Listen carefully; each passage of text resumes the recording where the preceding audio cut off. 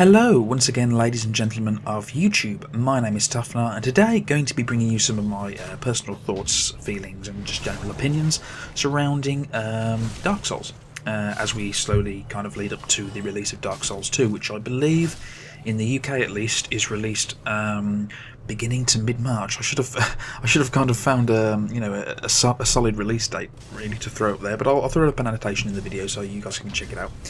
But before we get started, I'd like to thank a few people really. I received my first few subscribers this week, and if you bear with me one moment, I will bring up their names just to throw them a bit of a shout out.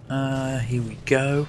First guy is James Potts. Thank you very much for subscribing, James Potts. And the second guy, I'm going to try my best to pronounce this. It's Belly Gerentelindigo. I think that's right. I assume it's meant to be a couple of words spaced out, but he obviously hasn't spaced them out for whatever reason. So thanks very much for you guys for subscribing, and everybody else who's liked and commented on my videos. I'm tremendously thankful. I'd never even thought I'd get one subscriber, let alone 3 within a week. So that's it's a big triumph for me. So thank you very much, guys, for everybody who's shown their support. So onto the meat of the video. Okay, so Dark Souls 1. I purchased, well, first of all let me say that I'd never played Demon Souls. I did purchase it at one stage, but because of my experience with Dark Souls and the amount of time I had to invest within the game to kind of learn its mechanics and engross myself in the story, at least enough to where I felt invested in my character, the characters around me, and because I'm a big story guy, and if I don't feel compelled by the characters and the story arc, then I generally put the game down. And so, especially with a game like Dark Souls, you have to invest yourself, wholeheartedly to kind of discover all the little juicy bits of lore, and maybe even check out a few people's YouTube videos just to kind of get a kind of general consensus of what's going on within the world, really. And to a degree, I do enjoy that sense of mysticism within the game. And for a long time, I just kind of strode along with that, really. It's one of the few games whereby it didn't bother me that I didn't know so much about the story, simply because the mechanics of the game were so engaging. So that's kind of one of the reasons why I didn't pick up Demon Souls, and my other reason was that I did play it for about an hour. I actually owned it on PS3, and I just thought, and now this is going to sound wrong, and it sounds like I'm going to take something away from Demon Souls. I'm not in any way doing that, because I've watched playthroughs on YouTube, and I understand that it's its own game in its own right. But when I picked it up, I was just like, well, I could just play Dark Souls, which in my opinion was a kind of improved formula of Demon Souls, and the difficulty in Demon Souls I felt was just like, it's something I wouldn't have been able to have dealt with, like the way your health gets slashed each time, and I wouldn't have been able to deal with that. But regardless, reasons why I like Dark Souls so much. Sorry if that's clicking a lot, it's my chair. I think it kind of brings difficulty to gaming in a way that it's never really been done before. It was, at least not that I'm familiar with in my time with gaming. I was never introduced to this system of difficulty whereby I felt each time I died it was my fault, not the game's at all. It was my fault for not being patient, not being observant. It was purely just a case of me not being aware of my surroundings. Literally 99.9% of the time. There were a few occasions where I was like, that's bullshit. That is bullshit. And I would literally say it to the screen and, put the game down. But 10 minutes later, I'd have gotten over it and I was like, right, okay, I've got more of an idea now of how I can tackle this, this objective and how I can kind of get my way through it. And it was that kind of kept me to keep coming back, really. And it's what keeps me coming back now after a year of playing. It still brings me back each week where I think, I want to tackle that particular boss in Dark Souls that I know I can beat, purely because that's the way the game is built. It's built whereby the player has to find his own exploits within the game.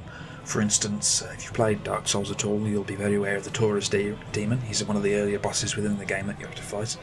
And at first I was trying to beat him on the bridge itself, and I was thinking, this is really annoying.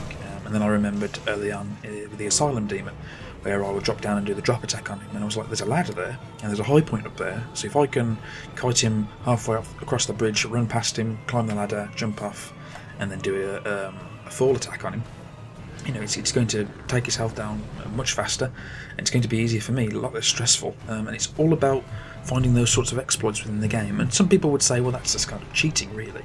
But at the same time, it's like, well, not particularly, because it is possible, entirely possible, to beat all those bosses without exploiting them.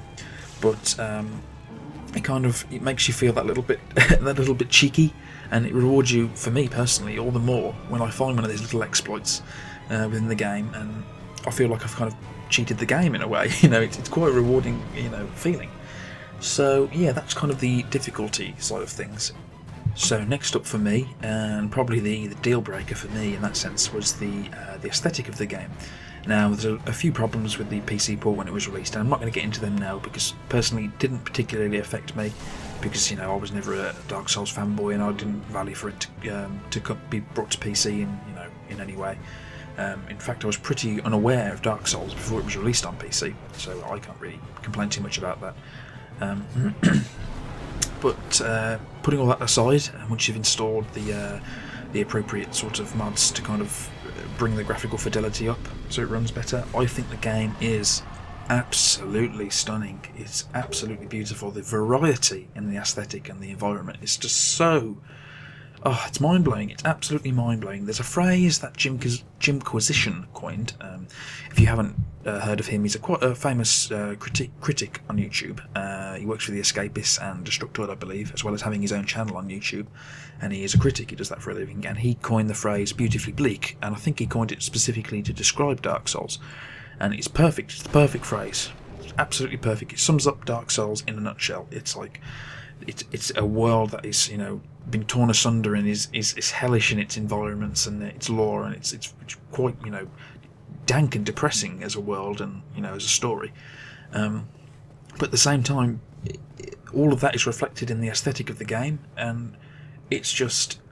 It really makes you feel more... It almost makes up for the fact that the story is hidden away and it's very difficult to find, and your first playthrough you probably won't know what's going on at all, because you don't need to know it. Essentially, it's reflected in the world around you what the tone of the game is, and it is, it's depressing. It's a depressing game, which doesn't take away from the joy factor of playing it by any means, but it is a very depressing game, and that's kind of what I felt was what it brought to me as a gamer that was very unique. I mean, I'd never played a game that brought that sense of depth and depression and almost clarity in that sense to me as a gamer. I'd never experienced anything like that before. The closest I'd probably say is a game like Spec Ops: The Line, but again that did it in an entirely different way, not so much through the aesthetic, more through the story, so it's not really a valid comparison at all, really. I don't know why I brought that up, but that's kind of my opinion on the aesthetic of the game. Now, things I'd like to see changed in Dark Souls 2. There's not many, really, to be honest with you. I think I've actually become a bit of a fanboy, and if they change too much, I would become kind of aggravated as a player.